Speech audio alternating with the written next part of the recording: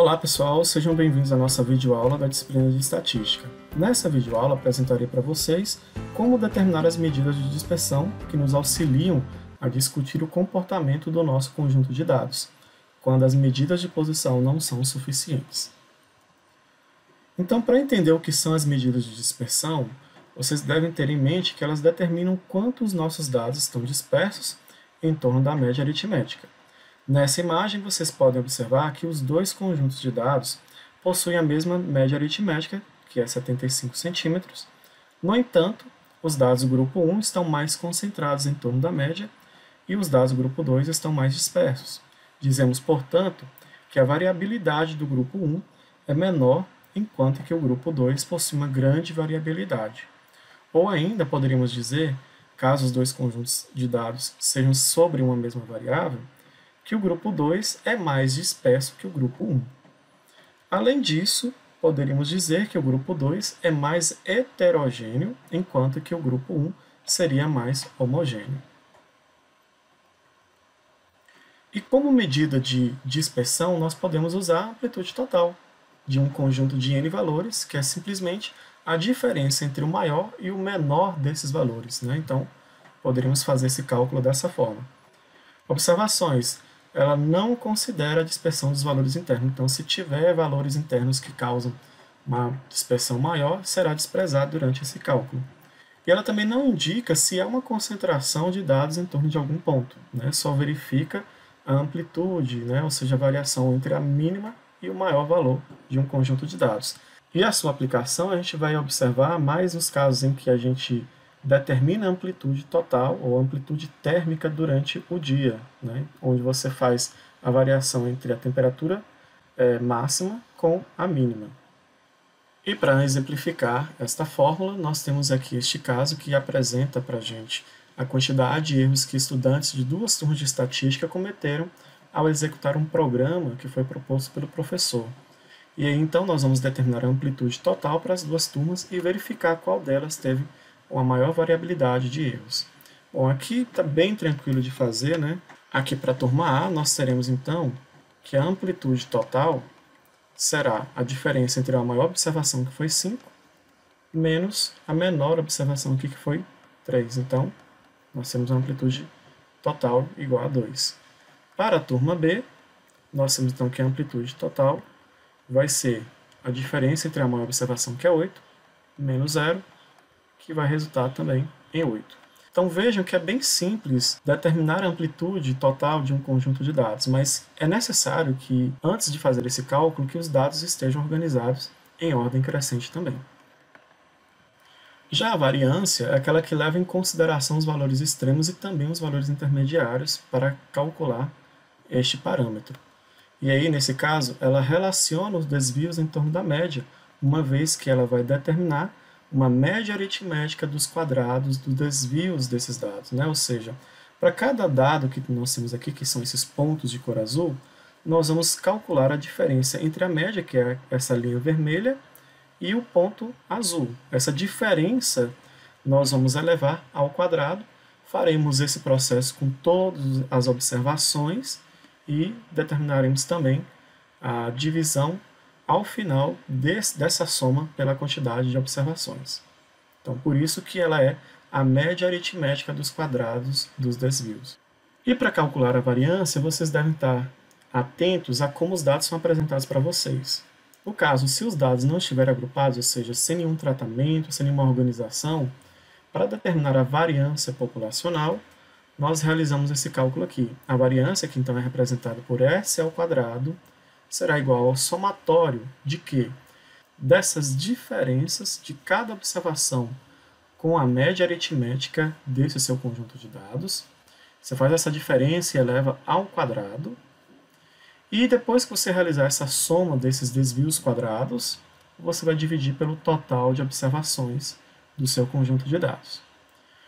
Mas, se você estiver trabalhando com uma amostra, a diferença entre as fórmulas está apenas aqui no seu denominador.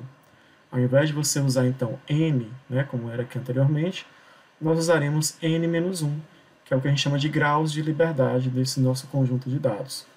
Uma vez que aqui eu não estou usando o total de observações, né? Eu só estou usando uma amostra do meu conjunto de dados. Então, por isso que nós temos aqui n-1 graus de liberdade. Então, nós temos esse exemplo aqui. Sabe-se que os homens tendem a pesar mais e a ser mais altos do que as mulheres. Então, o índice de massa corporal seria uma medida que, baseada, né, no caso, no peso e na altura, que poderíamos usar para comparar dois grupos, o caso dos homens e das mulheres. E aí, nesse caso, nós temos, então, listado aqui nessa tabela o índice de massa corporal de homens e de mulheres que foram selecionados aleatoriamente. E aí nós temos que responder, né? Parece haver diferença na variação entre os dois conjuntos de dados? Então, para isso, a gente vai determinar a variância desse conjunto de dados aqui. Então, aqui eu coloquei novamente a nossa tabela para a gente ter uma referência, né? Eu vou determinar aqui, primeiramente, né, a variância do conjunto de dados referente aos homens. Então, inicialmente, eu vou calcular a média, vou pegar, então, todas as observações, vou somá-las e vou dividir por 12, porque aqui a gente tem 12 observações para cada grupo. Ao final, então, nós teremos essa média que vai ser igual a 24,55. A variância, então, para a gente determinar, nós faremos, então, pegaremos cada observação aqui, subtrairemos pela média e elevaremos ao quadrado. Então, aqui você pode observar, né? A primeira observação, que é 23,8, subtrair pela média e elevar ao quadrado, mais a segunda observação, menos a média, elevado ao quadrado, mais. E aí você vai fazendo isso com todas as observações até chegar na última, que no caso aqui foi 27,8, menos a média elevado ao quadrado, tudo isso dividido por 12. Então, faz primeiramente, né, essas subtrações, eleva ao quadrado, soma e depois divide. E aí nós vamos obter no final o valor 7,12909. Como exercício, então, vai ficar para vocês determinarem a variância do conjunto de dados das mulheres e realizar uma comparação entre o valor da variância das mulheres com o dos homens e responder a pergunta do exemplo aqui. Quando os dados estão agrupados, então para a gente calcular a variância, a gente vai usar essa outra fórmula aqui.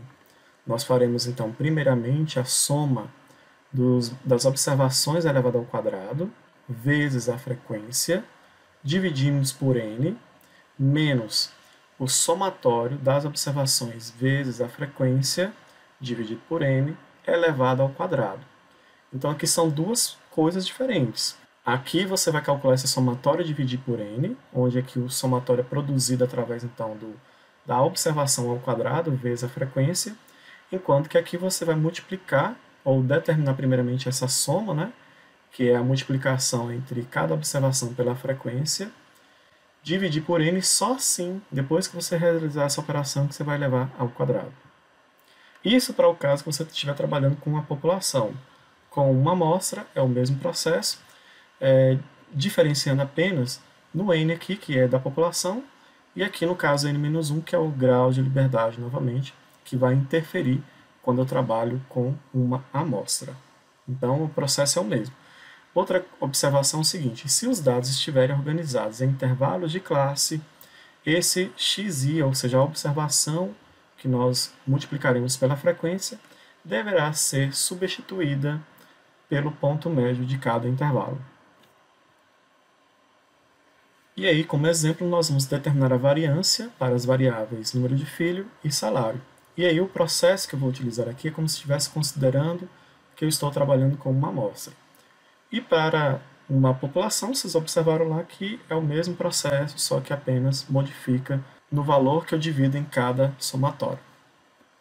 Então aqui temos a tabela de número de filhos, nós vamos acrescentar só mais duas colunas para a gente poder calcular essa variância do conjunto de dados, né?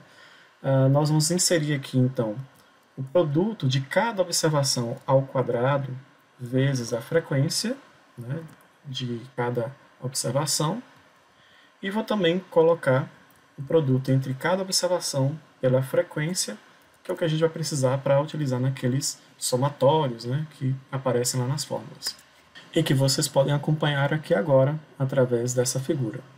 Então, olha só, primeiramente eu vou elevar, né, essa minha observação ao quadrado, e este resultado ele será multiplicado pela frequência dessa observação.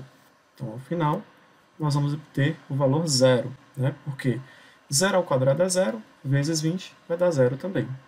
Aqui ele já nos sugere, né, um preenchimento automático. Eu vou clicar aqui no vestinho para aceitar.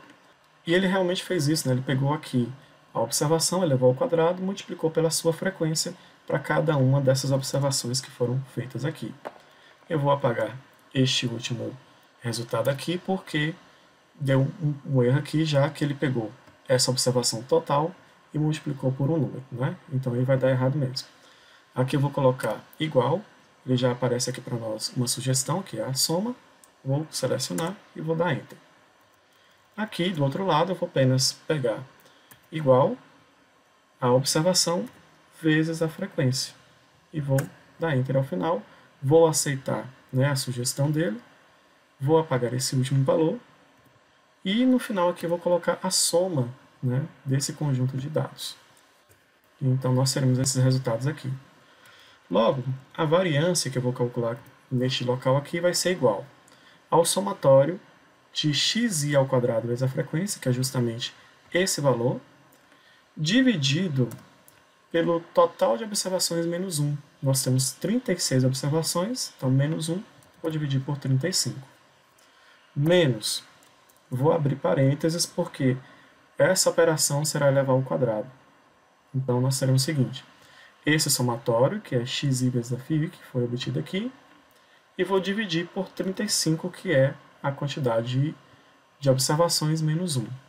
Fecho parênteses, elevo ao quadrado, né, colocando esse acento aqui, e o 2 logo em seguida. E dou Enter. Então, aí, nesse caso, a variância desse meu conjunto de dados é igual a 1,53 ou 1,54 aproximadamente. Já para o nosso conjunto de dados, né, que foi organizado em intervalo de classe, nós precisamos utilizar como referência o ponto médio de cada intervalo, né, já que aqui nós não temos as observações, uma vez que elas forem organizadas em intervalo de classe. Vejam que aqui já foi determinado o produto entre o ponto médio pela frequência, então eu preciso apenas calcular agora o ponto médio ao quadrado vezes a frequência, porque nós precisamos utilizar na fórmula da variância, né, esses dois somatórios. Então aqui ao lado eu vou construir uma nova coluna que vai representar o ponto médio elevado ao quadrado vezes a frequência de cada intervalo. Então isso vai ser feito da seguinte forma: igual, o ponto médio já tinha determinado, vou elevar ao quadrado e vou multiplicar pela frequência absoluta. Então aí eu vou criar essa fórmula, vou dar Enter, vou aceitar a sugestão dele, vou apagar esse último valor, pois eu vou somar esses valores aqui para obter o somatório que eu vou utilizar aqui, ó, nessa primeira parte da nossa fórmula. Eu vou selecionar aqui a opção soma, vou dar Enter e obtive então esse somatório. Então aqui eu vou obter a variância, que vai ser igual ao somatório do ponto médio ao quadrado vezes a frequência, que é 5.127. Vou dividir pelo total de observações menos 1, que no caso é 35, menos, abro parênteses novamente, vou pegar o somatório dos pontos médios vezes a frequência, que é 399, dividir por 35, que é a quantidade de observações menos 1, fecho parênteses e elevo ao quadrado. Dou Enter e obtivemos aqui agora a variância, que é igual a 16,52 ou 16,53 aproximadamente. Então é assim que a gente determina a variância para esses conjuntos de dados que foram organizados dessas duas formas. Bom, pessoal, embora a variância considere todos os valores do conjunto de dados para determinar a dispersão desse conjunto de observações, a sua utilização na interpretação é pouco utilizada, pois a sua unidade estará elevada ao quadrado. Por exemplo, se nós determinamos a variância da variável salário anteriormente, o valor ao final ele será em salários quadrados, o que não faz muito sentido, né, para a nossa discussão. Dessa forma, com a medida chamada de desvio padrão, nós contornamos esse dilema. Veja então que, por definição, o desvio padrão é a raiz quadrada da variância. Então aqui o S, né, vai simbolizar para nós o desvio padrão, e o S ao quadrado, como nós vimos anteriormente, que representa a variância, vai ser utilizado aqui nessa fórmula. Então o desvio padrão é igual à raiz quadrada da variância. Na prática, essa medida ela é normalmente preferida em relação à variância porque é mais fácil de a gente utilizar para interpretar o conjunto de dados que nós estamos analisando.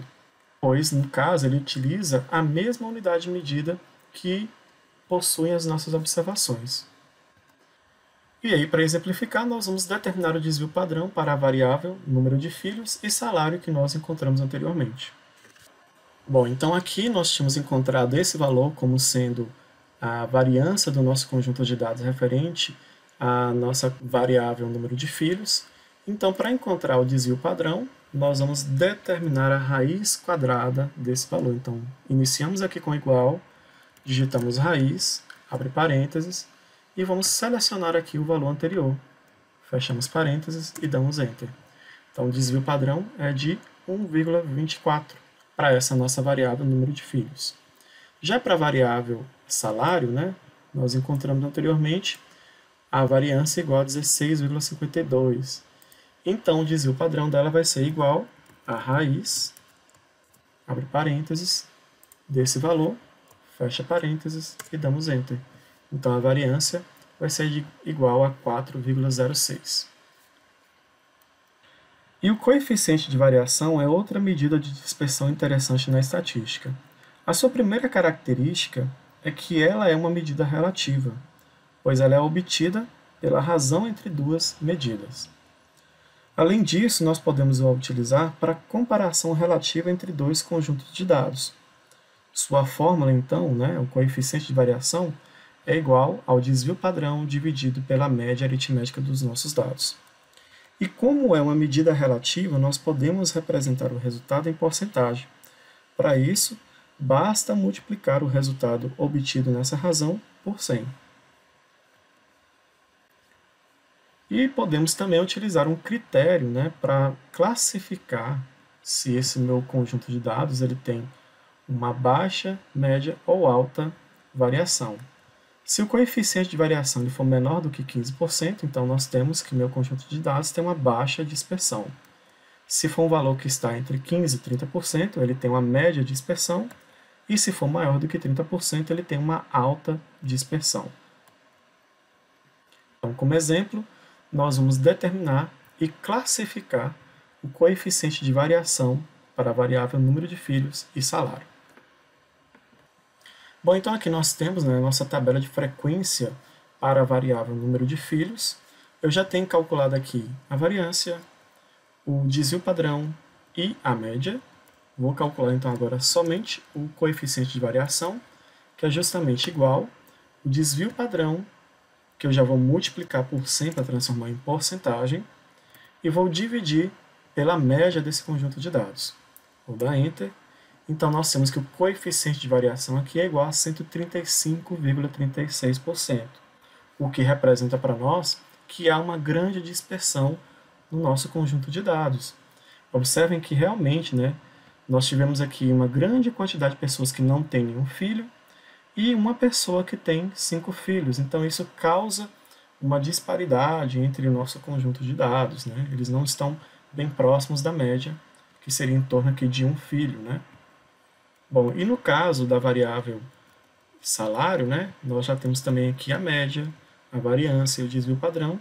Então, o coeficiente de variação vai ser igual o desvio padrão, que eu já vou multiplicar também por 100, e vou dividir pela média do meu conjunto de dados, o que vai dar, então, 36,67% aproximadamente, que também possui uma grande dispersão, já que está acima de 30%, como nós vimos nos slides. Então, isso quer dizer que é preciso a gente trabalhar aqui de forma que essa distribuição salarial seja mais próximo da média e que esse coeficiente de variação ele reduza nesse sentido, para que haja uma distribuição melhor desse salário entre as pessoas que trabalham nesse local. Então é isso, pessoal. Espero que vocês tenham compreendido essas informações sobre as medidas de dispersão, mas sugiro agora que vocês estudem a lista de exercícios desse conteúdo. Lembre-se, qualquer dúvida estou à disposição. Bons estudos e até a nossa próxima videoaula.